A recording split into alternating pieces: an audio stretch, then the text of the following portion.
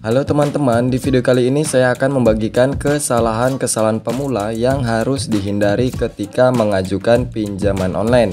Ini khususnya di pinjol ilegal ya teman-teman, dimana kesalahan ini sangat mempengaruhi nasib data kita ke depannya. Di sini saya sudah merangkum 5 kesalahan pemula yang harus dihindari, karena ini bisa menghambat proses pengajuan dan sulit mendapatkan pinjaman. Kita mulai dari kesalahan pertama, data fresh langsung mengajukan ke pinjol ilegal. Kebanyakan pemula yang belum pernah pinjam ke pinjol itu langsung terburu-buru mengajukan ke pinjol ilegal. Padahal untuk mengajukan ke pinjol ilegal itu ada alurnya. Teman-teman itu harus tahu dulu mana pinjol legal, pinjol semi-legal, dan pinjol ilegal. Nah, untuk alur pengajuannya, buat yang datanya masih fresh, teman-teman harus pernah minjem dulu ke pinjol yang legal ataupun yang semi-legal. Barulah teman-teman bisa cobain ajukan ke pinjol yang ilegal. Kenapa kita harus pinjam yang ke legal dan semi-legalnya? Karena kebanyakan pinjol yang ilegal merupakan anakan atau satu atap dari pinjol yang legal maupun yang semi-legal. Artinya, sebelum mengajukan ke pinjol ilegal, teman-teman harus punya rawatan pinjol legal maupun yang semi-legal. Kesalahan kedua yaitu, biasanya pemula sering mendownload dan menginstal banyak aplikasi pinjol di HP-nya. Para pemula berharap ketika ditolak di satu aplikasi bisa coba pinjam lagi di aplikasi pinjol yang lain. Dan ini tentunya sangat tidak dianjurkan ya teman-teman, karena bukan saja pinjamannya banyak ditolak, data teman-teman juga akan semakin rusak. Hal ini kedepannya akan semakin menyulitkan teman-teman ketika akan mengajukan lagi ke pinjol yang legal, semi-legal maupun yang ilegal. Jadi yang benar itu ketika teman-teman ingin mengajukan pinjaman online, kalian itu harus hapus dulu semua aplikasi yang pernah ditolak pengajuannya.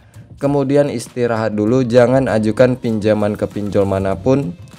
Jika sudah 3-7 harian, barulah teman-teman bisa ajukan kembali ke pinjol yang baru. Kesalahan yang ketiga yaitu asal-asalan dalam mengisi data-datanya.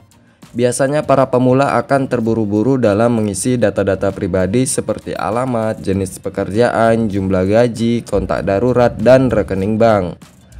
Padahal data-data ini sangat penting buat tim analisis untuk menentukan apakah data-data yang kita isi itu layak atau tidak mendapatkan pinjaman. Untuk mengisi alamat, usahakan ini sesuai dengan yang ada di KTP, lengkap beserta nomor RT RW-nya. Untuk jenis pekerjaan yang gampang di ACC itu adalah guru. Jadi buat teman-teman yang bukan guru, nggak apa-apa isi aja guru, karena menurut data dari OJK, profesi guru merupakan yang paling banyak terjerat dari pinjol. Itu berarti jenis pekerjaan yang gampang di ACC adalah guru. Kalian bisa isi tempat bekerjanya dengan nama sekolah yang terdekat dari tempat tinggal masing-masing. Bisa nama sekolah SD, SMP, dan SMA. Kemudian untuk jumlah gaji isi minimal 2 jutaan sampai 3 jutaan rupiah. Selanjutnya untuk kontak darurat, kebanyakan pinjol meminta 2-3 nomor untuk dijadikan kontak darurat. Pastikan nomor yang akan dijadikan kontak darurat harus tersimpan terlebih dahulu di kontak telepon. Dan juga harus ada historis panggilan keluar atau panggilan masuk dari nomor-nomor tersebut. Kemudian untuk rekening bank, pastikan ini rekening atas nama pribadi. Karena jika memakai nomor rekening orang lain, maka pinjaman kalian otomatis akan ditolak.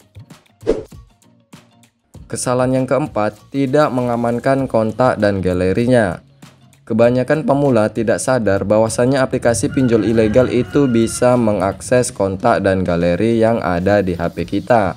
Jika nanti kita gagal bayar, maka data kita bisa disebar ke semua nomor kontak yang ada di HP ini.